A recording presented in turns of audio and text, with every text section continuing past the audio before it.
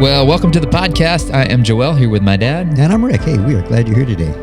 Dad, I want to talk today about something you were really good at growing up. And it was the idea that I felt like you were always present. Whenever I wanted to talk to you about anything, I didn't feel like I was in competition with anything in your life, not work, nothing. So I knew that if I needed to talk to you about it, you were going to take it seriously and you were going to be all there with me. And I see you doing that with Elise, and I just watch her soak it up.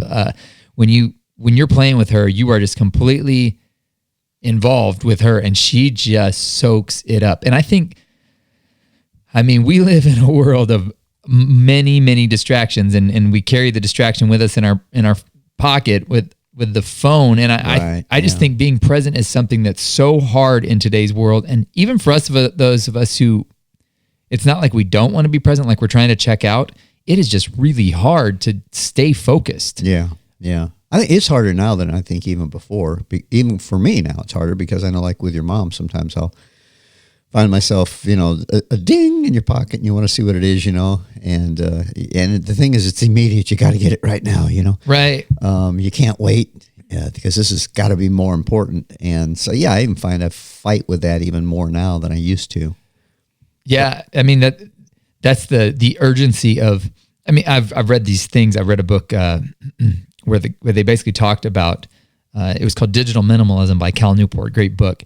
And he talks about how the research and the psychology that the people that create this tech, think they've built it off of the psychology of what makes a slot machine work. So it's like intermittent surges of like excitement. I remember reading that too. Yeah. Yeah. Intermittent surges of excitement. And so basically you're like, oh, there must be something more interesting that just came to my phone than what's currently happening around me. Right. And there's always something more interesting out there than what's, like I think about sometimes, sitting with Elise while she's taking a bath. I'm like, there's a lot more interesting things than my daughter taking a bath, but she wants me, Dad, look at this, look at that. Yeah. And I'm like, yeah, but you end up looking at your phone but you don't realize that what that projects. Yeah. Well, I think what we have to realize is the value of people. And when we put a value on people, then, there's that dichotomy between people-oriented people and task-oriented people.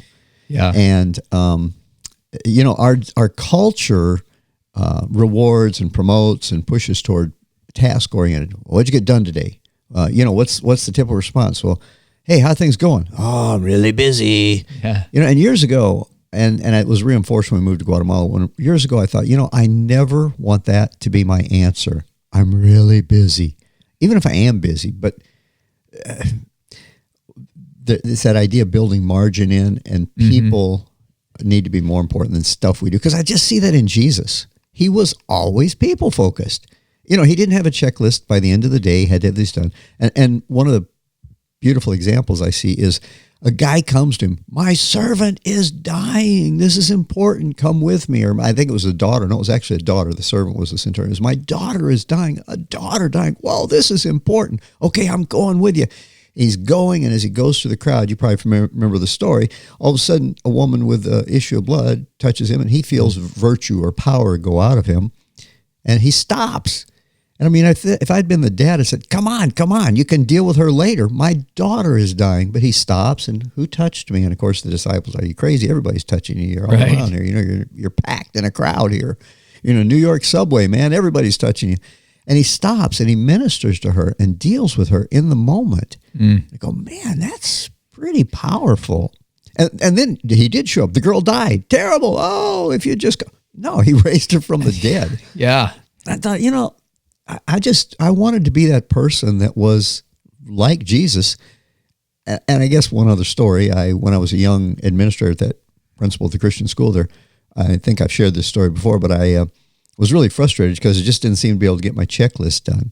And one of the older ministers, he said, what's going on? You seem frustrated. And I said, I am. I just can't. I said, I've got all these things I need to get done, and people just keep coming in. A parent needs to talk to me, the kid needs to talk to me, the teacher needs to talk to me. I just can't get anything done. And he said, well, because of all these interruptions. And he just looked at me and said,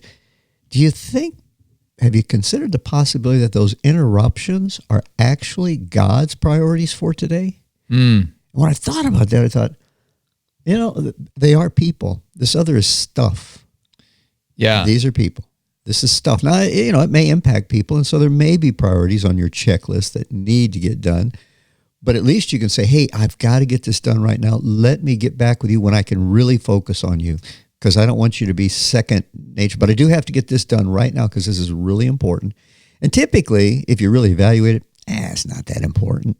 You can sit and wait 10, 15 minutes, talk with the person, give them your time, and then go get that stuff done. That is what's hard for me is when I dive into something, for example, writing, I want to, like, you get in the zone and you're like, boom, boom, boom, boom. And then my daughter comes in, Dad, look at this thing I colored. I'm like, and she wants me to, fully engage 5-10 minutes. And that's hard though, because it requires a shift of, well, like I heard a study a few years ago where they had a bunch of seminarians, people going to seminary to study to be pastors.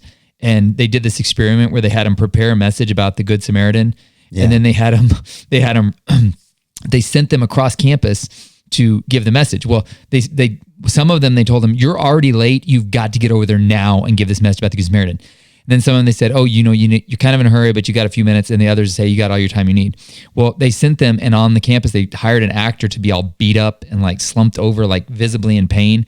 And, like there's, and they're going to teach a message on the Good Samaritan. Yes. On the Good Samaritan who helped the guy. Yeah. Uh-huh. And only 1 in 10 of them stopped to really like check on him. And that was the one that had like a lot of time on their hands. Yeah. But they were basically saying that oftentimes it's not a lack of compassion in us that causes it. It's that our mind was set on a determined endpoint. And so when those distractions, like you called them distractions, come in, they're seeing it as a distraction rather than as an opportunity to be present with somebody who may need it.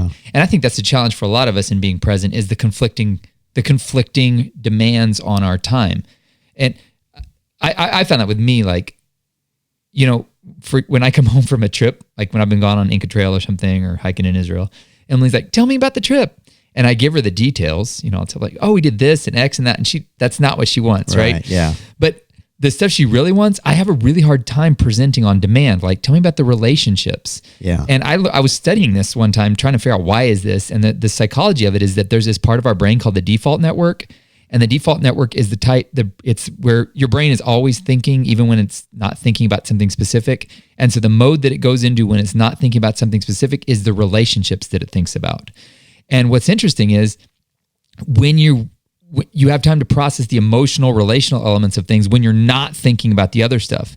So the stuff she really wants, it can't come out on demand from my mind. I just can't produce it. Right. But when my mind is relaxed and I have had a few days to think about it, or I'm not thinking about anything else, it'll come out at the dinner table or something like, man, this guy said this at this thing, and it was really interesting to me. And she's like, why didn't you tell me that? I'm like, well, because the good stuff, it can't come out on demand oftentimes. And I think that's what's so powerful about being present and leaving space, even if it's awkward, is the stuff you really want to know about the other person that they can't produce on demand, because it's like, tell me your emotional feelings, click, click, click. No, it's not. It only comes out when they go into that default network and their mind has time to process the relationships in their life. So, I mean, it's actually a neurological thing, a brain psychology function that causes it to be that way, that when we have to leave space and time to be present, really. Yeah. And some of that has to do with male, female too, in that, the men are from Mars, women are from Venus, and all that, like how men communicate. When they communicate to communicate facts and information. Yeah, but I'm an emotionally woke human, Dad. I'm an emotionally woke man. I understand that. I'm just talking to the rest of us men out there. To us real men. Oh. Yeah, it's mostly facts and communication. It's like, so when a woman tells us something that's emotional, we're going, why are you telling me that? I got the info. What is she trying to hint something? I'm clueless. What's going on here? And whereas they're communicating feelings and things typically. So I know that can be a part of it too. So if somebody, I tell you what happened, that's what happened. And I have to, as you say, you have to kind of kick into another level. It's there, but you have to somehow dig down or slow down. Yeah. To where you can get into that other level where the emotions and feelings were there, because we tend to not operate at that level. Love slows down. Hey, that sounds like a good title for a book. September 1st, there's a great book coming out called Love Slows Down by me. Is that September 2020? just in case somebody's listening to this September 1st, 2020. Yeah. So if it's past that, they could go get it right now on Amazon. So I want to talk a little bit about that element of space, because that's the thing. I think a lot of times we don't like empty gaps in time because it's awkward. Right. I'll never forget going to visit Emily's family, her uncles and aunts. They all live in Holland, and none of them speak English. And so we had this very awkward, we'd go there and I'm used to leading the conversation, but man, I couldn't say anything unless it was through a translator. And so there was a lot of awkward silences and quiet. You're like, this is really awkward, but they didn't seem to be bothered by it. But man, it was driving me crazy. But there's just no time that we leave in conversations for just kind of just space for stuff to develop. I mean, even with this podcast, we're trying to keep it in 30 minutes, right? Yeah. Well, it's funny. We do use the word awkward silence. You hardly ever hear the awkward noise because if you're in a conversation and it gets awkward, you just keep talking, man. Keep plowing on, and eventually we're going to get to an area that's less awkward. Yeah, you never had anybody say, enough of this awkward noise. Yeah, as long as somebody's talking, it's not awkward. This podcast may be an exception to that rule, but maybe some silence would be very golden here. Huh?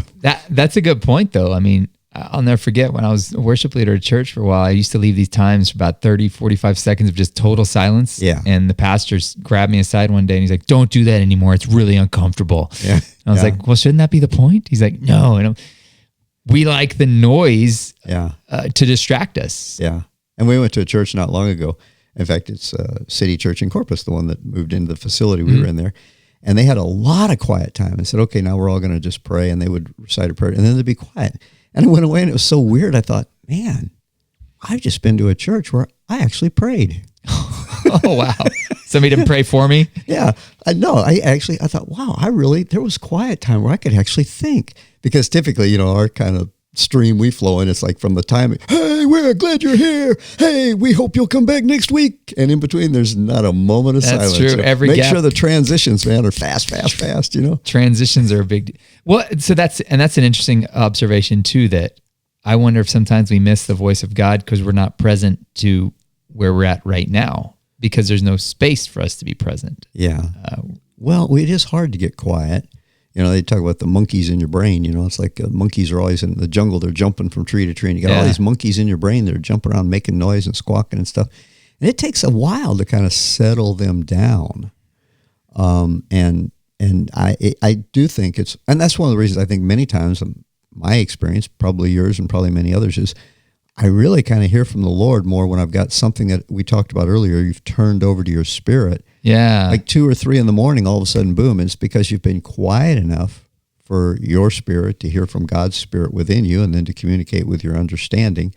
If you miss that podcast, you'll have to go back. This isn't that one's as the weird one as it sounds. We called that spirit. Turning it over to your spirit-led decisions. Decisions, I think is what we titled that. Yeah. Yeah. And so sometimes they're that quiet. We're just not quiet during the day. Mm-hmm. And I know with me, just I'm addicted to flashing lights. I mean, if I can be in a restaurant. I've noticed that about you. When we're at a restaurant, if a TV's going in the corner of the room, even if it's sports, which you're not a sports guy, you're sports. like, what's going on over there? I just can't I want to slap my face and get it away from it because it's just, flashing lights. It's just I'm attracted to and them, it makes you not, and you're not present. Yeah. So here's one of the things that I think I've found for me, one of the most kind of tangible signs of presence is somebody really listening. Mm-hmm. And when I was doing some research on this for actually the book coming out in September, I found out that humans can understand 400 words per minute. Did you know that?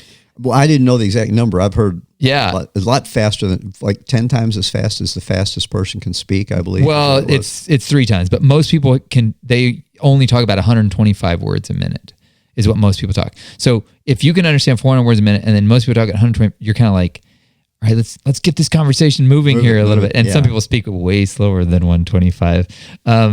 So I think that space in time, when we're in such a hyped up, running, going society, it's hard for us to be present, really listening a lot of the times because there's so much space in capacity that we've got between what they're saying and what we could be understanding. I mean, I love to listen to audiobooks at double the speed if I can. I do too, I can get through the book faster. Oh, so great. I can process it. Yeah. But Don't you wish there was a fast forward for people that speak slow?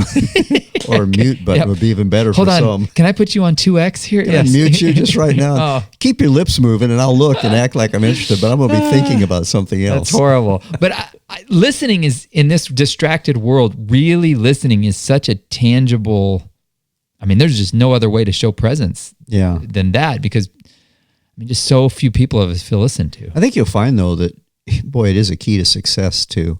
I remember hearing somebody talk about John F. Kennedy, and they said that when you were in a room with him, if he was talking with you, you felt like you were the only person in the room.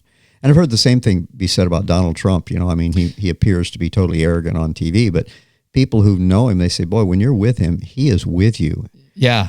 And that brings a success, because when you show other people that you value them, I mean, they'll do anything for you. They're just, which that word right there, value. I think listening is an indication of value, because you're giving your full attention to some, and especially if you're a person of significance, if you're the smartest guy in the room or the most powerful, influential person in the room, to give attention to somebody. I know. You've probably all experienced that, where, some guy, he's kind of the superstar in there, and you want to go up and you just say hello to him. And so he talks to you a little bit, but he's looking over your shoulder to see if there's somebody more important in the room or somebody more. That's the way I feel about everybody in Nashville. When I shake their hand, they're looking over the shoulder to see if somebody more important. Are you a producer? Are you a producer? Can you produce my record? Yeah. Take my sample.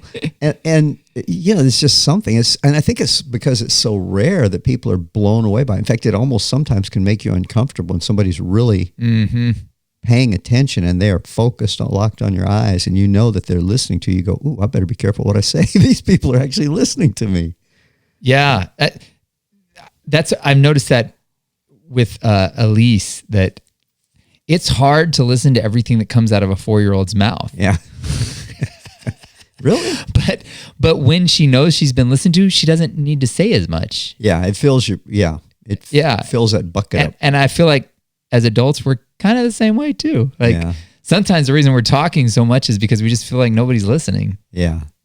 And so to be listened to, it's a great treasure. And there's all kinds of amazing quotes on that. And if we planned ahead for this, we could probably give a whole bunch of them to you, but you'll just have to Google them, because we don't plan ahead for these. So go out there and Google amazing quotes about the power of listening. And there's so much truth. Well, I mean, James, it says this: everyone should be slow to speak, quick to listen, slow to speak, and slow to anger. And there's an element in there of like the willingness to listen can actually alleviate some of the anger you feel, because you've had that where like, wow, this happens to me all the time. Emily's like, I told you that. Oh, you did? Yeah, but you were doing something else when I told you. I'm like, oh, that was important information. I wish I would have been listening instead of known that. But she gets angry at me because I wasn't really listening. Yeah. It's interesting, that connection between quick to listen, slow to speak, and it leads to slow to anger. It's like a formula in some ways. Now, if she doesn't listen to these, we can say, yeah, but it should be your responsibility to make sure that I was paying attention. Slap me or something. I can't even get my wife to read my books. I'm not going to expect her to listen to our podcast. Okay, good. Then we can say all kinds of stuff. Right. Yeah. Except somebody might tell her. She's always like, just summarize the book for me. I'm not going to read your book. Yeah, I live with it. Yes. So being present, I think, and listening is one of the huge things we can do. And I think here's the challenge with this. So we've got the classic FOMO, right? The fear of missing out. And I think that when you have so much information coming at you, so much you feel like you've got to absorb, that there's always something that's potentially more important than what's in the room. You would think, right? Like, well, I need to stay up to date on the news or whatever. So you have your phone dinging with every little news update, stock market crashes or whatever. And that's never been this way in the world before, because we've never had access to so much information. Usually information has been local, right? I mean, in the past, it's like the world is so globalized now, though, like, for example, a virus in China is something that could affect us. But generally it was like, what's going on in my neighborhood? What's going on in my city? And that's kind of what you dealt with. You had to just be present with with what's going on around you. And even that was, that's a lot to keep up with. But there's the element of the globalized nature, the access to all of the world's information nowadays. There's the fear of missing out is, what if there's some information that I don't find out because I didn't have my TV blaring all the time, or I didn't have all the notifications on my phone? And so it can lead to, it is true fear, like a fear of what if there's something I need to know that I don't know because I'm just, is it being trapped in my own little bubble that I'm just focused on what's going on immediately around me? What's your thoughts on that?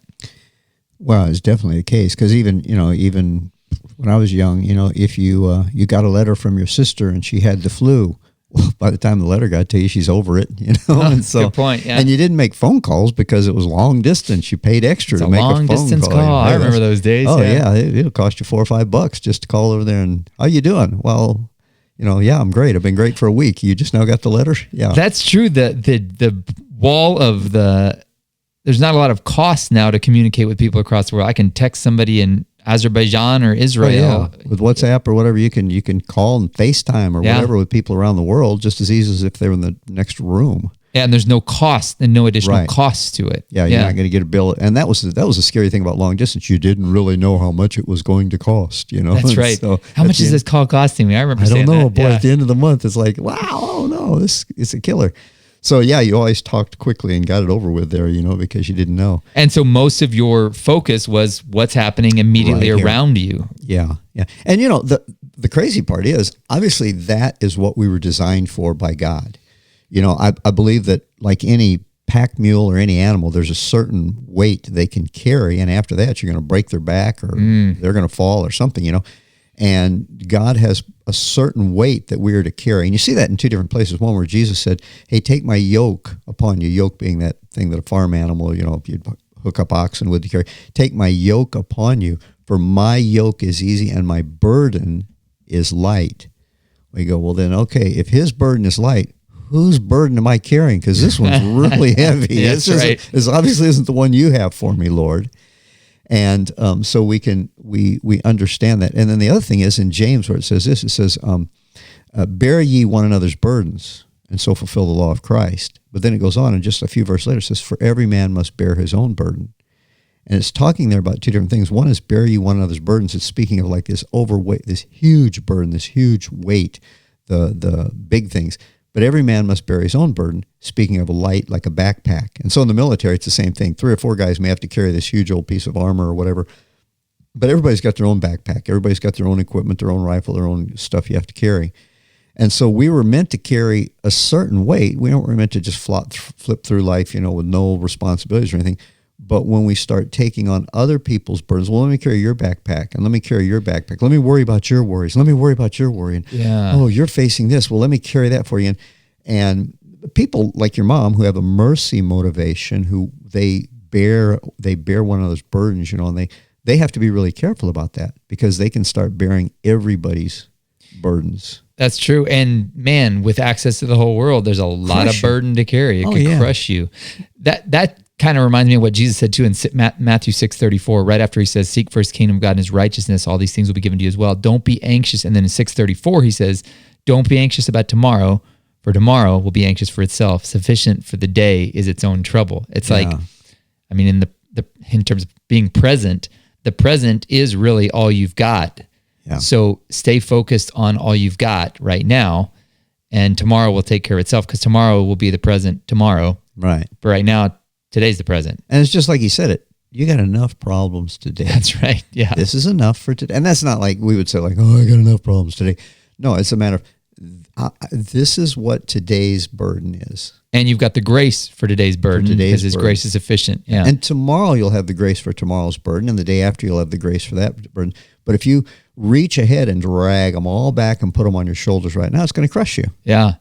Which I think is why a lot of times we end up, I've seen certain personality types particularly, they tend to check out when stress happens. Things are stressful. They don't want to deal with them. It's uncomfortable. They become fearful. They just check out. And man, of course, the quickest way to check out is your phone. Look at your phone. Or TV or, TV, entertainment is a great way to check out. But there's all sorts of other ways. Some people check out by, intoxicating themselves with alcohol or drugs. But sometimes the weight of the present is so much that we don't want to deal with the present. Yeah. So we add more weight. We add more problems to today. by checking out, by ignoring my wife and looking at the phone, or by, drinking or alcohol, as you say. Yeah. Then I add more weight to today. That's an interesting way to look at it. I've never thought of it that way, that basically because you're putting off dealing with the present by throwing it to the future, you're just compounding your problem. Something I love to say, which Emily hates, you can pay it now or you can pay it later, but it's always more expensive later. Yeah. So I think that was a car mechanic ad too, or something like that. Is it really? Yeah. And me, my temperament is the Enneagram. You're talking about the 9. 9, yeah. That's the, you do not want life intruding on your life. Yeah. My philosophy is there's no problem that you can't outweight. Right. It'll go away eventually. When it says the 9, I remember it said you actually get motivated by when there's a stressful situation you need to face, by actually finding something it energizes you to distract yourself. Yes. That's such a unique, I'm not that It's a wonderful way to live.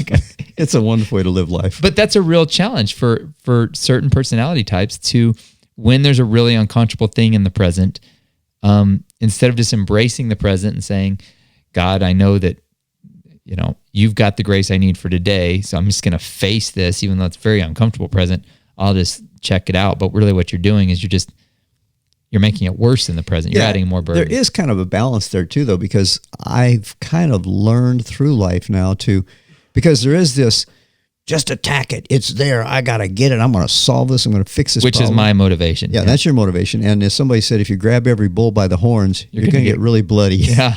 And so there are times I have tried to learn to, okay, I'm going to wait until I hear. So if there's a problem there, if it's not the house on fire, I mean, right. There's some things that you need to deal with right now and you don't need to hear from the Lord on. But on a lot of things, it's like we can jump in there and try and fix the problem because I'm a problem solver, and we don't really know what to do. And so sometimes it's a matter of waiting on the Lord. Okay, wow, I would have never thought of that as a solution. And that again refers back to our, listening to the Lord, turning the problems over to the Spirit, that spiritual discernment. And so the other podcast we did on, what do we call that again? Spiritual. I think we call it spirit-led decisions. Spirit-led decisions. I had a bunch of different titles for it, but I think that's what I landed on. I think so. I remember seeing that one. So yeah, sometimes we need to just let things wait, and just but it's that you kind of know if you're procrastinating or if you're really waiting to hear on the Lord, if you're just putting it off because you don't want to deal with it. Which bringing it back to the present issue, we know a lot of times when we're checking out. Right. Yeah. Well, I checked out. I didn't know I was checked out because I checked out. Yeah, I don't know. But I think it's just the key to remember is that really when it comes down to it, being present it's the ultimate sign of love. And again, anytime I say something that bold, I always think, of course in my writer mind, I'm like, did Jesus show that? And he did. Yeah. He could have stayed up there on high and said, hey guys, I got your back, figured it all out down there. Yeah. But he actually became one of us, dwelled God in the flesh, came to be present with us. Yeah. He knew our weakness. He lived right in the middle of it. And I think that's the example for us is it's a sacrificial presence, really. Yeah. Being present is some sort of a sacrifice because you have to basically say no to all the other things so that you can be present for the one thing that's right in front of you, or person, Well, and the other thing about that I think is kind of cool with the presence of Jesus, him giving his presence is, in the Old Testament, he says, I'll give my angels charge over you. The angels of the Lord will encamp around you. And I'm thinking, well, that's awful cool. But hey, in the New Testament, he said, I'll be there with you. Yeah. I'm not just going to send a representative. I'm not going to send a prophet. I'm not going to send an angel. Yeah. I will never leave you nor forsake you. And that's a whole lot better than having 1,000 angels around me. To have him there. And he promised his presence and not just a representative. That's pretty amazing. Yeah. What love.